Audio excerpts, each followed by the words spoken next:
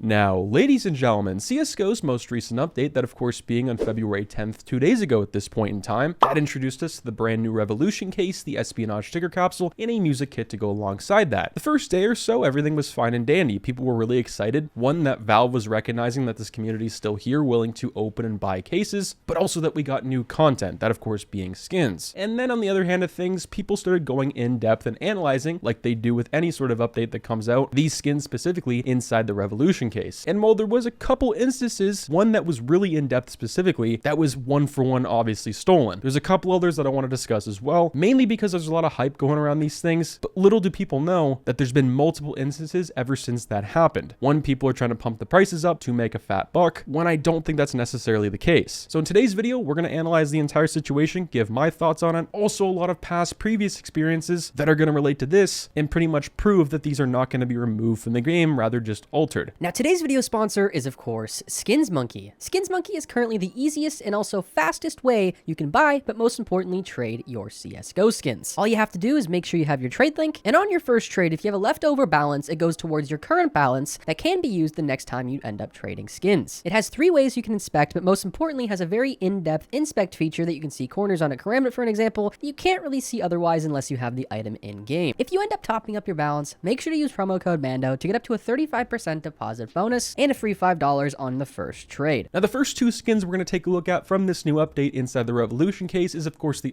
Doodle and the M4A4 Temuka. Now the first one I want to take a look at is probably the least obvious on this list that I don't think is stolen, rather than someone just recreating something that looks very similar to something else. That is of course the M4A4 Temuka. This is mainly to do with the main anime character on the weapon. People are saying this is stolen. The original person making it is claiming that they made it before this guy, but he decided to put out a tweet saying this is the concept art. He drew this up, sketched it out before he even put it in game, or at least how you make the skins. And with anime, it's very hard, I would say anyway, to make a very different one in this sense. And for me, that's why I'm just not going to say it's stolen. Most anime characters, at least the girl side of things, all look very similar, at least from my perspective when I look at something like this. Now the Doodle lore. This is one that's a lot more obvious why and how it was stolen. Now the original artwork and concept was from Vex, and of course the copied concept art that got into the game was Jimba. There's really not any more I have to say than you just looking at this picture. You can obviously tell it was stolen by some sort of form, pretty much one for one. I mean, look at the horns, you look at the face, you look at the colors. They didn't really change much besides a couple of colors in more of the skin itself for the dragon, let's just say. Now the reason I don't think it's going to go contraband is, well, for a couple simple reasons. The main one being is Valve is pretty smart. Obviously not very smart, which we'll get into later, on picking the skins, but rather aftermath of things. They're smart in a sense where they know people will probably keep these or buy them up right now in hopes they get removed, like the M4A4 howl. People will make absolutely bank. So really what they've done since that point is they just alter the skin a little bit, kind of like what they did with the howl. They've also done this with the front side Misty, the Chantico's fire, and well, if you want a video actually that's done this, is McSkillet, I believe 6 years ago. Now he's not around anymore. Give him a like and a sub anyway, but he has a video on how 5 skins changed after they were released. The M4A4 howl obviously being the top dog in this sense. As it goes for buying these, I would not personally, I would stay away. As you can see on the Steam market, these prices are absolutely horrendous. They don't make any sense. The reason behind people buying these is probably from clickbait on the internet in hopes they get removed. Now, I would say there's a 99.9% chance they won't be. Now, of course, there is that 0.1% that could remove these, but I just highly doubt it. Now, of course, the main last juicy part of today's video. This is also a take I haven't seen any other YouTuber give or really talk about. That is, of course, how this is all Valve's fault and problem. At the end of the day, yes, there are creators that are fraudulent, stealing artwork, and that's always going to happen and will continue to happen until the end of time. With Valve's millions of dollars they make every single month from cases, let alone stickers, I think they can put aside a few $100,000, if not $1 million, maybe a year, that goes to a team, let's just say, that goes over the skins that get chosen for the next case. I don't think it's much to ask, and I don't think it's that hard either. When the fact of the matter is, you have people on Twitter 5 or 6 hours after the case is released figure out this before Valve does. And I also think the consequences aren't really dire either. They're not really in a fight or flight situation. All you get is a community ban. I'm not saying that people need to be sued, because obviously that would be a very big problem if it wasn't really stolen stolen artwork rather than just the M4A4 Temuka situation where it's most people on 50-50 side, if you get my point. But I think there's definitely some more action that needs to be taken when a case comes out, or just any skin in general. I think right now is not much different than the M4A4 Griffin situation right after the Howl went contraband. People tried to make this contraband along with many other skins. I just wouldn't fall for it. I wouldn't hop into that trend. Most likely not worth it for you at the end of the day. Let me know what you guys think down below. Do you think the people who made the M4A4 Temuka at least submitted it is legit or not? And obviously the Doodle lore is not looking good for the newest guy who submitted it. Stay positive, stay sexy. I'm out, guys. Peace.